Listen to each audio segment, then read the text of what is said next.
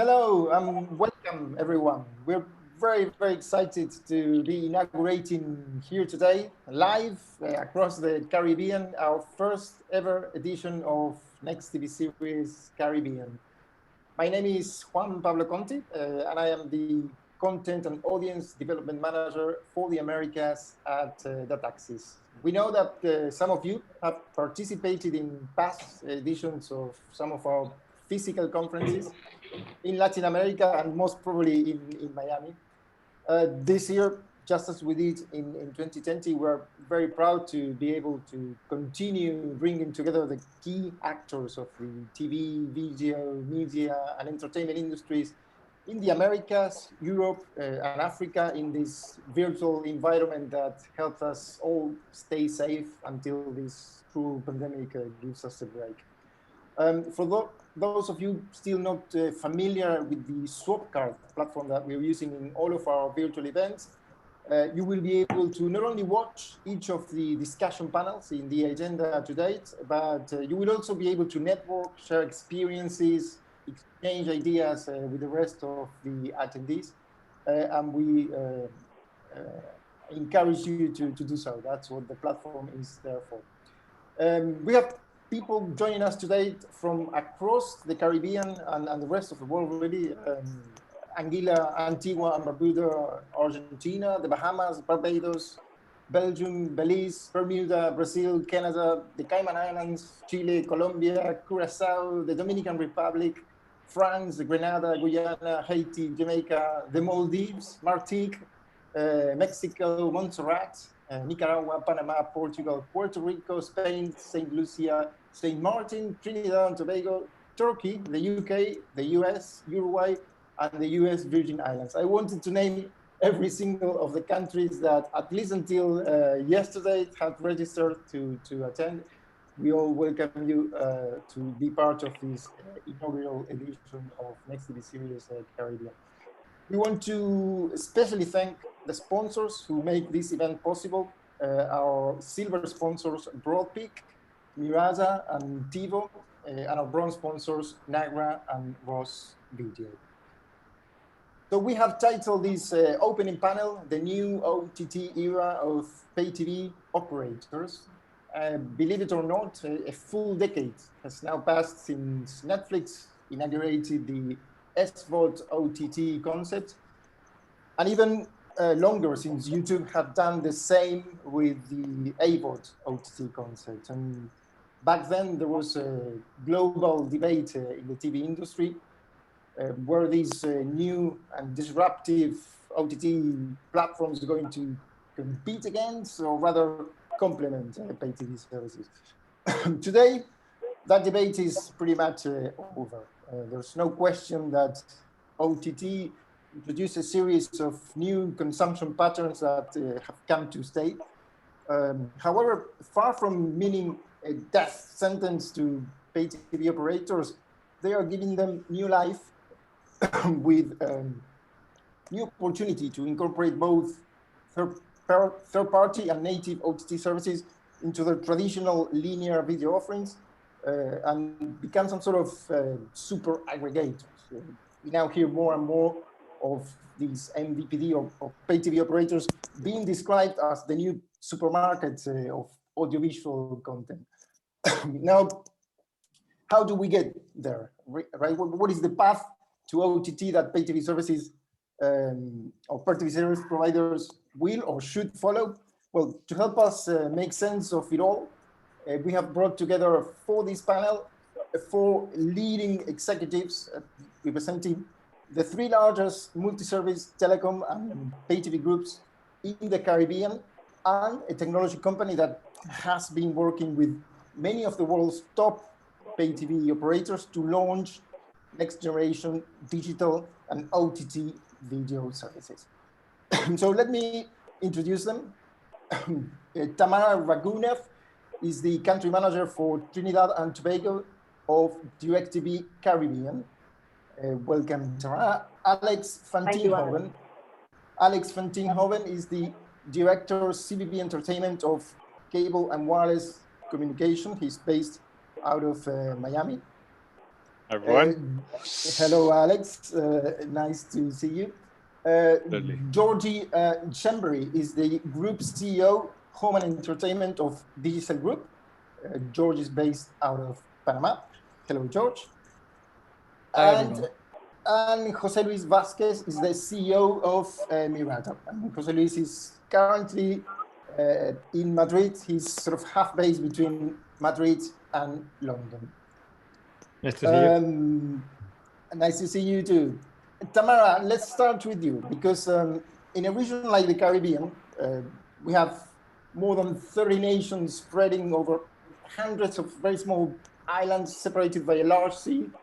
So one would imagine that satellite or DTH appears to be the ideal distribution technology to reach every single household with a pay TV service.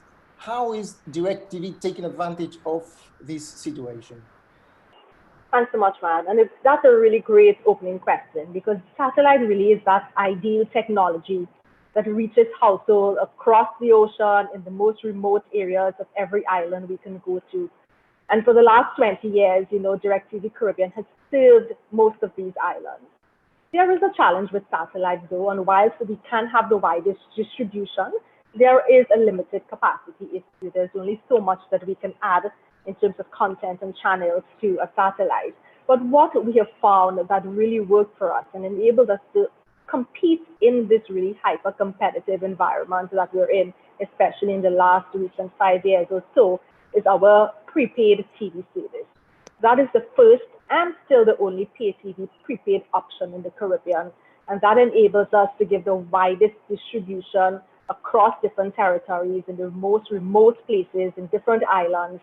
And it really caters to customers who want that flexibility. It offers no contract, it gives you that flexibility to recharge or top up, as they say in the Caribbean, based on your finances or based on your needs. So definitely DTH or satellite has given us that infrastructure to have a really wide distribution, and more so with a product like prepaid to be able to compete across the different territories. Mm-hmm. Alex, Cable and Wireless Communications is a company that really doesn't require much of an introduction in the Caribbean, right? Well, thank you. Following a process of consolidation over the past few years, and now under the umbrella of Liberty Latin America, you're offering their quadruple play services marketed mostly with the Flow brand. What's the latest number of Caribbean nations where you're currently operating, and what are the main differences between the services offered in individual islands? Or are all services now pretty much standardized? In terms of access technologies, for example, I think for pay TV, you're mostly using HFC and fiber IPTV networks, right? Yeah, that's correct. Let's start with the last one. So indeed, pay TV we serve primarily over fiber and HFC. There are a few copper pockets here and there. That's we have in some of the smaller islands. But what you see, we operate in about 22 markets, and I think the majority of them, we basically have indeed all four services available. When it comes to pay TV, we offer our services in 15 markets in the Caribbean. So that's more or less the current situation of where we operate, and what you see in the bigger markets, indeed, we're really when it comes to offering all four services, obviously has a big focus. Okay. George, Digicel is the other really large regional player that the same needs no introduction in the Caribbean. In your case, what's the latest number of Caribbean nations that you're serving? And again, what are the main differences between the services offered in them? And what are, it would be also interesting to hear what are your specific responsibilities as a group CEO of the Home and Entertainment division? Okay. I'm trying to start a different way that in the last 6-7 years in any DataXis event or on the world. And thank you very much for inviting me in all the continent, guys, first of all. I know that you cannot change the name Nextv because this is what you are registered, but TV was like, I don't know, 10 years ago. So So first, how I would answer your question. It's not a new phenomenon, but especially during COVID times, it made everyone clear that the stable, seamless, super high quality internet connection, what everyone needs, be it in-house or out of the house. I'm not, listing the technologies. And there is a content and entertainment and consumption over this internet connection on big screen and small screen. And that's why I'm answering your question that obviously from Digistar point of view, in the Caribbean, the Color region, we have 50 markets where we are serving pay TV. There, because of the demographics of the Caribbean, there are some hundreds of thousand customers that are still interested in linear TV, but our focus has been, and it just, we accelerated that progress. It's much more about the on-demand consumption on any screens, and being the dominant mobile player. I think you can understand why, but this is what we see on our fiber business as well. So this is how we approach this. And it's interesting, and we're going to be discussing that in more detail throughout this conversation. José Luis, you founded what later became Mirada in the early 2000s, when really at that time, I remember the next big thing in the world of television, in that Nextv, as George said, seemed to be bringing interactivity. Really, that was the word. Interactivity between audiences and broadcasters, between audiences and brands. Now, 20 years later, I think much of the discussion has moved to how you meet rapidly changing video consumption habits with users demanding access on their own terms to what they want to watch, when they want to watch it, and how they want to watch it. Now, Mirada has been working with pay TV operators around the world, including Latin America and the Caribbean. What can and what are operators doing to meet these demands? Well, first of all, thank you for the invitation. And I'm glad to share the panel with all these colleagues. Well, every operator is a world, okay? And there are operators that are telcos. Most well, the trend now is that all telcos are offering video services, and the first thing they do is they create a bundle. Okay, so it's not a TV service, or it's not a mobile service, or it's not a broadband service. It's everything under the same brand, under the same umbrella. No? Bundling gives them a sort of a digital window that other SVOD players cannot benefit from. Okay, some branding and some access, some reach. In terms of everywhere, I think that the trend of consuming content everywhere is being transitioning to the bring your own device trend. I mean, you provide your own main device if you want, like a set-top box, whatever the means to connect to the back end.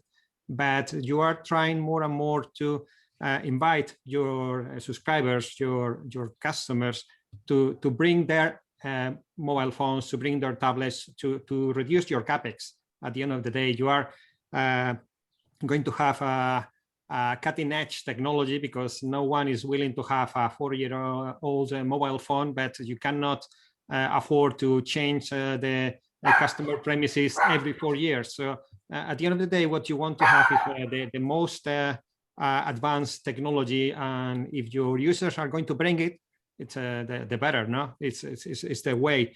The thing that we have seen, especially over the last year, is a very widespread trend to aggregate content. And I mean, we understood that pay TV players like 5 years ago, no more than that, actually wanted to have 200 channels in a grid, and that was it. This was a TV service, 200 channels in a grid, okay, or whatever you could offer. But all these channels are now becoming like dinosaurs, obsolete, because every content provider is coming with a bundle of on-demand services.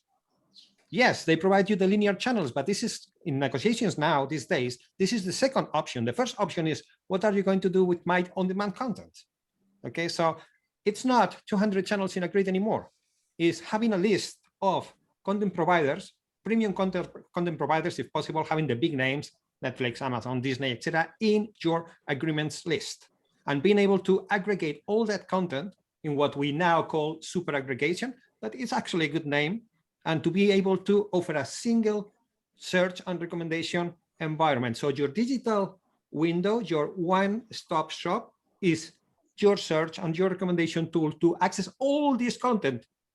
Okay, we will talk about that a bit later, I think. Absolutely, absolutely. I think you're setting the scene perfectly for the rest of the discussion today.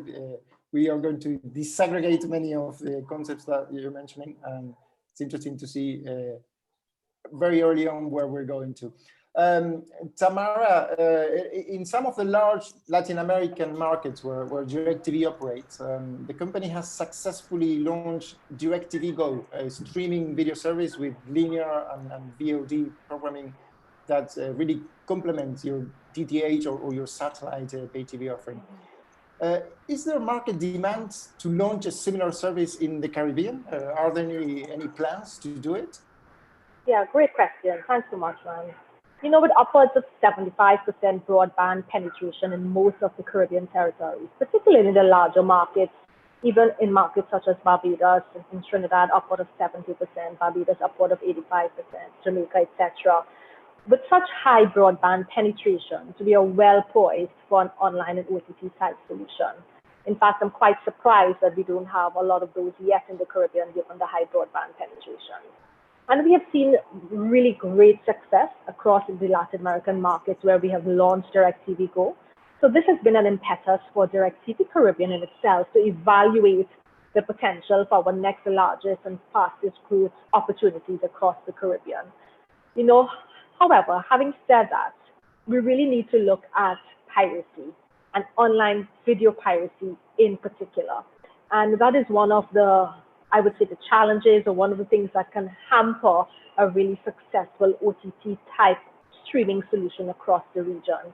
However, having said that, you know, we have taken DirecTV Caribbean, we have taken the lead to bring key stakeholders, including the top providers and NAGRA, together to try and combat this form of piracy. In fact, Alex is representing Liberty and is working with us as we take this to the next level.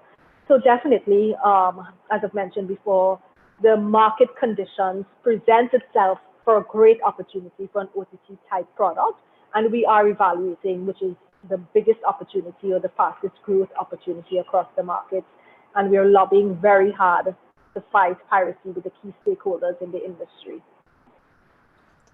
Okay, thank you very much for that. So I think we already have some sort of a headline there for our journalist friends. DirecTV is evaluating launching DirecTV Go in the Caribbean at some stage. Very interesting. Alex, Cable and Wireless was among a select group of early adopters in Latin America, really, and the Caribbean, to launch one of these advanced hybrid pay TV service offerings with live TV pausing, a retro EPG functionality, and app-based access to your linear and on-demand programming. That service was called Flow Evo, or EVO, and it has now been in the market for about 3 years. What evaluation do you make of the impact that Evo has had, and what lessons have you learned so far? Well, actually, it's funny because Evo was a rebranding that we did when I just joined the company. But actually, the platform's been around since 2015 in some markets. And, you know, indeed, we were quite an early adapter because, for instance, I came from Europe. And, you know, in Europe, talking about network recording and things like that was still very scary. And, you know, all the content providers were, you know, bit scared about that, and things like replay TV. And then, you know, when I moved to Cable and Wireless, this was already, you know, pretty normal. And so in that sense, indeed, we were early adopters. And I think that's the interesting part, I think, about the Caribbean. So in many ways, they have access to the greatest content. They have, you know, there's these great video platforms like ours where you have all these advanced features. And I think, you know, the big thing is that one of the learnings that I think we have is that if you don't talk about all these advanced features, people will not use them. So it's very important, that to actually, to communicate about, all these functionality, because, in the end of the day, people indeed, they just want to, sit on the couch and watch something.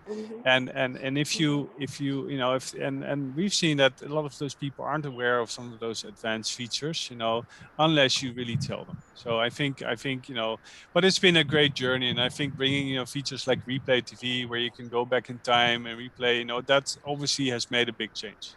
Absolutely. Okay. George, I think it would be interesting to expand on what you were saying at the beginning.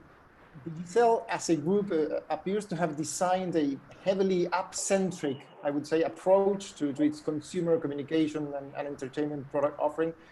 And pay TV services are an integral part of that strategy, right? Is that how you see it? I think you're silent. You're muted, George. Yeah, sorry about that. No so problem. Juan Pablo, it's a big group in 32 countries, and we are using different technologies. So I'm trying to select my words when I'm going to prioritize any of them. But I don't even use this category of pay TV. It's a very interesting additional service. And especially when I'm talking about the fiber business or the mobile business, other than the certain security or smart solutions or applications, it's an interesting add-on. But we are looking for the total value. So if it's for the whole household, they don't care about fixed services or mobile. They want to have continuous connectivity and everything what I was just listing available on all the devices. So this is how we are looking at pay TV as such. Okay, and here I would like to make I'm not saying statement but key points. You mentioned this old, I'm not using the word bullshit, old cable model, that 200 channels and all that stuff. Caribbean is such a small market in overall, not even per market, that to operate a model where you have, this pay TV business, it's just simply not feasible. So that's why you have to find alternative business models. And we are happy to cooperate even with Liberty in that, just because of the size of the market. But the more important thing, not talking about the financials and the business case, is the customer behavior. So I think the key part and the starting point of all these discussions is what the customers do and how you are analyzing this data, their usage analytics, all over the place, not on pay TV, over the internet, and how you adapt to that. Because we have these broadband networks, be it LTE or fiber everywhere. This should drive all the discussions or developments what we are mentioning here. And I'm not going to list the brands, the big brands, but there is room for content creation outside of that, but not just for your own platform. So these are the interesting questions, and the whole technical infrastructure, the whole technical ecosystem behind that, which is a much more sophisticated content management system when you use third parties and your own stuff in multiple markets and on different platforms, be it fiber or mobile. So these are the exciting things in this. Okay. Jose Luis, you introduced the super aggregation concept and really super aggregation of third-party OTT services, Netflix, Amazon Prime, Disney Plus. It is really gaining traction around the world. What would you say are the key considerations for operators evaluating onboarding these services into their EPGs and their set-top boxes?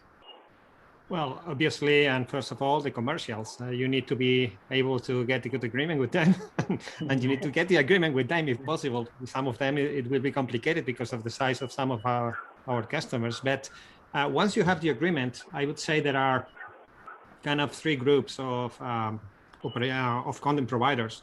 The really big ones in which you will just have access to the integration of an application in your system. So say, jumping from your mobile phone application from your operator application to their application. If you are in a set-top box, if you are lucky, They will provide you the app to be integrated in the set-top box, but you will not have the content being played in your own application, except with perhaps some very powerful customers. We have some of them, but usually you will need to integrate the application in your box. Okay, these are the big ones like Netflix or Amazon or Disney. There are big differences between them. Accessing to metadata, I would say that is the key point. Okay, so whether you have the metadata aggregated in your old search and recommendation engine, and you can just access to the content, even if you are just jumping to their application from your application, but you have the metadata in your database. Okay, if this is possible, I guess this is the key point to consider in an agreement with a content provider, because this gives you effective access to a unifying recommendation and search tool. Okay, and if you need to ingest the content or just jump to another application, etc., these are just technical issues. Okay, so I would say that, and just to summarize, get a good agreement commercially and get the metadata. That's the key point. Very interesting. There's two very. Juan Pablo, can I interrupt you? Sorry. Of course. Can I interrupt you? Because I feel like with Jose Luis, we are singing more or less the same song, and I want to dance to that, if you don't mind. It's extremely important. So that basically everything is applications and how you adopt to that. And if you still use set-top boxes, it's your own device or the customer's device, and how you can put the apps on that. And at the end of the day, obviously the customer experience can be better if you can enjoy all this entertainment on all your devices. Yeah. But at the same time, for an operator, it creates huge cost efficiency as well. And the marketing opportunities are huge. So I don't see in the future, and already now, the separation of pay TV as such, or just, put it in a certain box or a category, like old days 10 years ago in the cable business, but how you operate it in a bigger system, how you use that data, and how you commercialize it with the data usage on any platforms. It's so critical. And the last point that, and some of the deals are not good deals with these big guys. And it's very interesting because, the red one, which we mentioned so often, even after so many years is in red and doesn't generate cash. So it's so funny, that how they make it work, and convince their investors that they keep losing billions of dollars. But anyway, but some of them are good deals, and you don't have generic content for everything. So I like to underline that in every region, and in also the Caribbean, the real interesting question that how to add the local content, which is not necessarily the local free-to-air providers creating, which is an additional opportunity. Sorry to interrupt, Juan Pablo, but I just the local content element actually is a really important one. So you're offering some, the icing in the cake. So it's just, yes, I'm aggregating content from third parties, but I'm having access to your personal things, to your personal interests, and not only because I know you, but because I'm accessing to local content too. So local content as a differentiator. We're going to touch on that also later on. Feel free to interrupt each other. I just wanted to add to Alex and Georgie, do you see local content though being very important across the Caribbean? Or how much of a demand I'll be very honest about it. I don't see it. And the reason why is because it's a very risky business, and we've tried, we have a long history in also creating local content, and not everything succeeds. And why is that? Because you have a customer that is very spoiled in content, has access to all this great content from the US, from everywhere. And in order to create good content that they like, it's a very risky business. And we've also seen that actually the perception of the people in the Caribbean towards local content is that they often find it low quality, boring, so it's a very risky business. That's my personal view. I do believe, and we see that in viewership, that the local news, obviously things like that, some local sports event, super important, and there's a lot of things you can do around that. But when it actually comes to, really local content, the likes, the way Netflix and Amazon do it, it requires deep pockets, and it's a very risky business. Right, got you. So if I So can in the add to case, that, No, yeah, let's go ahead. interested, Tamara, that Alex already highlighted that which are the key stuff local, what people are interested continuously. So the news and the sports. It's unbelievable how different the taste of sport in these islands. All the way Exactly. from, yeah. So it's very difficult to create a size and the scale for that. But those people, I don't know, in Antigua is interested in women's cricket, unbelievable. And that's why how you find the right model in the right quality, because I fully agree that the local free to airs, it's like sometimes really crap, sorry. That's key. But don't forget that we're not talking about movies and the traditional content of TV channels, but music, concerts, events are also very important local content. So right. that's an interesting area, and how you make it as a feasible business. That's a challenge, I agree, but that's the only differentiator compared to the big guys who will have always billions of dollars to make the series and the movies. Yeah. Got you. Noted. Thank you. No, I totally agree. Totally agree on that. Yeah. Okay, your question answered, Tamara, and even more headlines from George. So our journalist is very happy with that. Alex, on the discussion of super aggregation, I'd like to hear your review specifically on that. And do you expect it to adopt, again, any specific characteristics in the Caribbean? And would, for example, make sense to get a revenue sharing and carrier billing business model as part of those agreements that Jose Luis was describing are the first key points in the negotiation? Yeah, no, absolutely. Absolutely. And I think the way to look at it is really from the customer perspective here, is because we have a customer that, many of them don't have a credit card. Many of them still go to our stores to pay their monthly bills. So, you have these customers, providing access to, all the great streaming services if they come to the Caribbean, obviously, because that's it's always a bit, the Caribbean is in that sense late in terms of services coming to where you have in the US, you have more than 200-300 streaming services already. In the Caribbean, it's still very limited, but absolutely the whole concept of super aggregation, letting customers have access to those services and paying for them on one single bill, absolutely, fully believe in that, especially in the Caribbean. The other issue is the issue of rights agreement, right? Because unlike what users might expect from a super aggregated offer, not all content will be available to them on a single bundle. Do you think this is just a question of being early days in the super aggregation trend, or will this continue to be an issue? Well, I think it's like, Jose said it, there's always, you need to have a good agreement in place. And in the end of the day, content is content, whether it's coming from, if you have a deal with Netflix or whether you have a deal with Discovery, it's having good content and having the freedom to do with that content what you want to do. And that's a challenge, that's a challenge. And I think it will continue being a challenge. I think, even if the whole world, if we have no more linear channels and everything moves to streaming services, again, the same, history repeats itself. So the challenge you had in the agreements in the old world, it's also going to come back in the new world.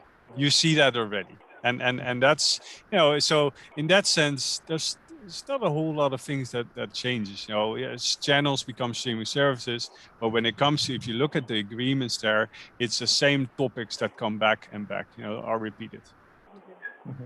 I think that I agree with Alex, but the only change what it brings, and I'm happy to call that out, that the traditional channel-based content providers, no matter which group, okay, the charging system of 30 days customer,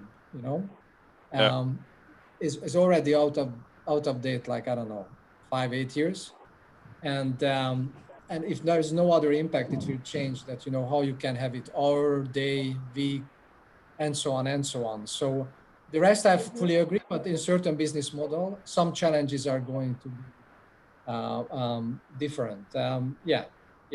But again, it's very interesting how you adopt and how you create new corporations and ecosystems. Even competitors can work together, and different stakeholders how to work together in this. That's what I see. It's exciting. There is no one medicine, and it's just still to be played out here in the Caribbean. That's how I see it. Yeah. And just to add, I think across the region, we need to introduce a wider range of pricing and packaging options to ensure that our offerings stay relevant, particularly to the younger audience, where innovation and packaging will be key to attracting and retaining those types of customers. Totally agree. They're in the quest to become super aggregators of content, and they want that ease of search and finding content. So I think we must recognize, as an industry in the Caribbean, that it's imperative to reinvent our offerings to accommodate the younger consumer interest, especially in ad-supported video services, and a limited willingness as well with this younger generation to pay for services. So I think, that whole way we look at packaging, in particular in the Caribbean, needs to be revisited. And I think sooner than later, we are going to see some super aggregators in the region. I mean, just yesterday, we would have seen the news with HBO Max and Warner, and Discovery. So to see how those will translate into the Caribbean region for aggregation. It would be quite interesting, I must say. I totally agree, Tamara. I think packaging is super important, and that's I think also a message to the content providers. Look, if you want to milk that linear business, the channels you have to accommodate some of the requirements from our side. Otherwise, we won't have a joint future. So that's my message also to the content providers. Absolutely. Yeah. Just one question to the panel members and to anyone who is listening. What do you think what is the average number of channels what people watch in a household? Even there is a different generation in a household. It's everywhere in the world the same. It's not just the Caribbean. So what do you think? I agree. I always loved, I think it was DirecTV or maybe Comcast, who in the US they've launched this button called the last 9, and it just shows the last 9 channels you've watched. And and why did they do it? Because they learned that people will never watch 9 channels. Exactly. Yeah, it's a handful of channels that you're accustomed to watching, and if you have the technology of a smart box, etc., it trends your data. So it will make recommendations. I know the DirecTV set-top box, it trends your data. So when you go to your menu or your search, our channel 100 to be more specific, it gives you recommendations based on what you've been viewing and the channel and the content, the genre of content that you've chosen. So you will constantly go to those channels that is showing content that you like. So coming back to Georgie's question, it's really a handful of channels, maybe 10, 15, if so much, that we've seen customers utilizing more popularly. Yeah, so that's why I brought it up, because you called out, the traditional providers. Yeah, so it's a very diverse household when it's more than 6. It's like minimum 3 generations. I'm not joking. Yeah. And all the content providers, they are forcing certain channels to be in the so-called basic package.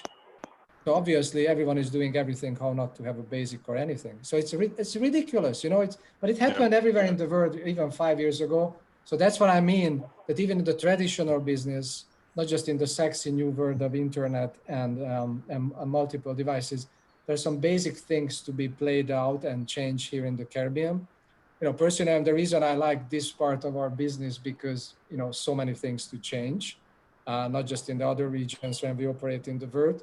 But money is going to drive this. So customer usage and money what you can finance, and it's happening relatively slow, but I think it's going to speed up, and COVID helped a lot. I'm loving the interaction. You didn't even give me time. I was going to say, based on your question, George, I was going to ask my colleagues operating in the background to put that question to our audience. We have a polling system through Swapcar. So the question George was asking is, what do you think, or what's the average number of channels you're watching? Let's put that question to the audience and see the reactions there also from it. Personally, if you ask me, it's probably 4, I would say. No more than 4, really. But I don't know what sort of generation and how representative that would be. Now, let's continue with another issue. Hasn't been brought up yet. Jose Luis, another trend that is picking up is no doubt connected with super aggregation is the deployment of Android TV set-top boxes. But there seems to be some confusion between, really, there are 2 main variants of Android TV, right? So, and we're going to have later on a specific panel to discuss Android, but we have what's called the open source and the operating tier versions of Android TV.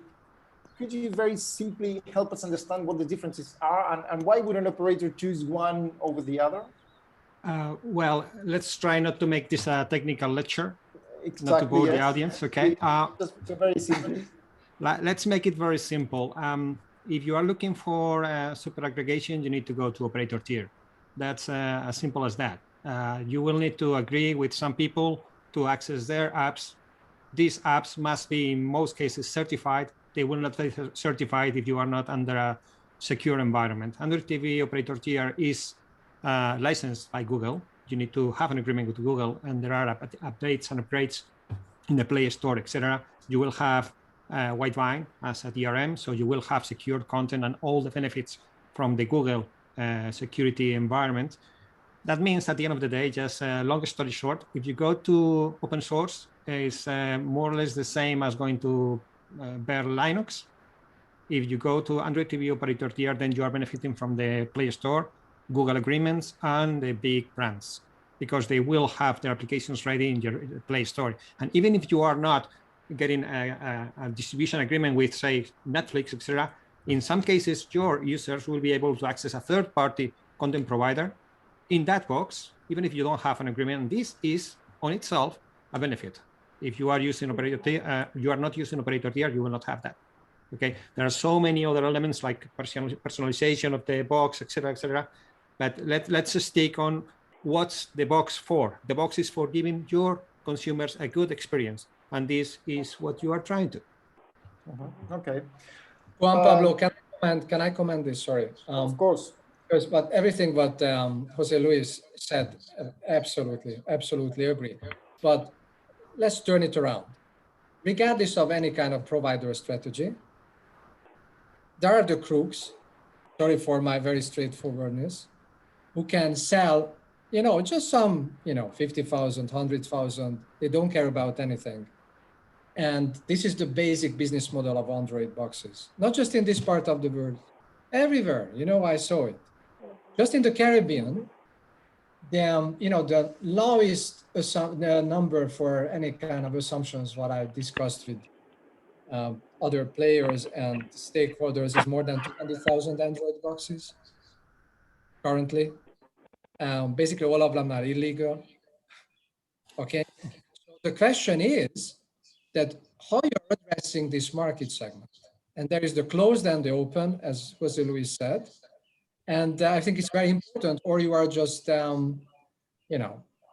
enabling or facilitating this growth of the illegal growth. So it's a very interesting question. If you have the right content management systems and this multi-platform system where you can play with the apps, you have to do it. I think there's no choice. But what you are closing and what you are leaving open, it's a very interesting point. And it's another challenge because of the size of the market. So it's a very good question. Okay, thanks for that. We have so many other questions. I'm really running out of time. We have one final minute. I'd like to ask Alex,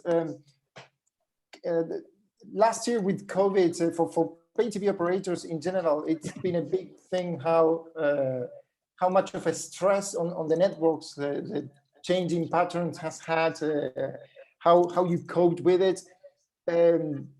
Have you had the time to review or what happened and how you reacted to it? Do you have any stats, and how much of what changed do you expect it to continue to be new usage trends post-pandemic? It's an interesting one, and I'm not entirely sure, because yes, we've obviously seen usage spike, pay TV usage, broadband, and thank God we have a very advanced subsea network that's only using 10% of its designed capacity. So I'm very glad we have a very reliable network in the Caribbean.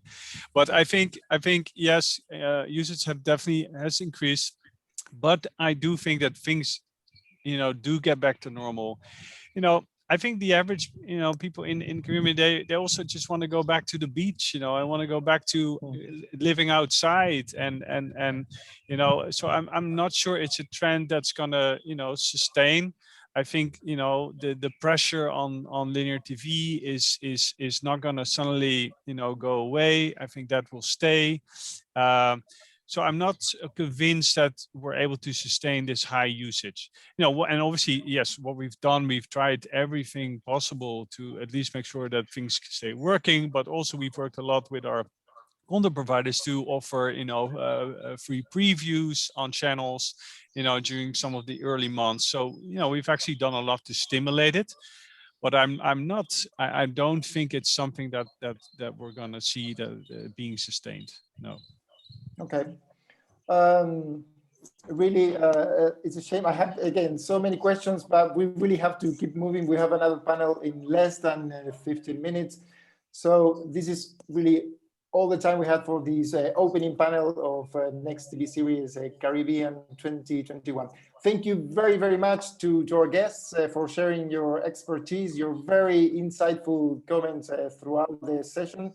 And thank you everyone in the audience, wherever you're joining us from today, for watching and participating. Again, in less than 15 minutes, we're seeing you for our next panel.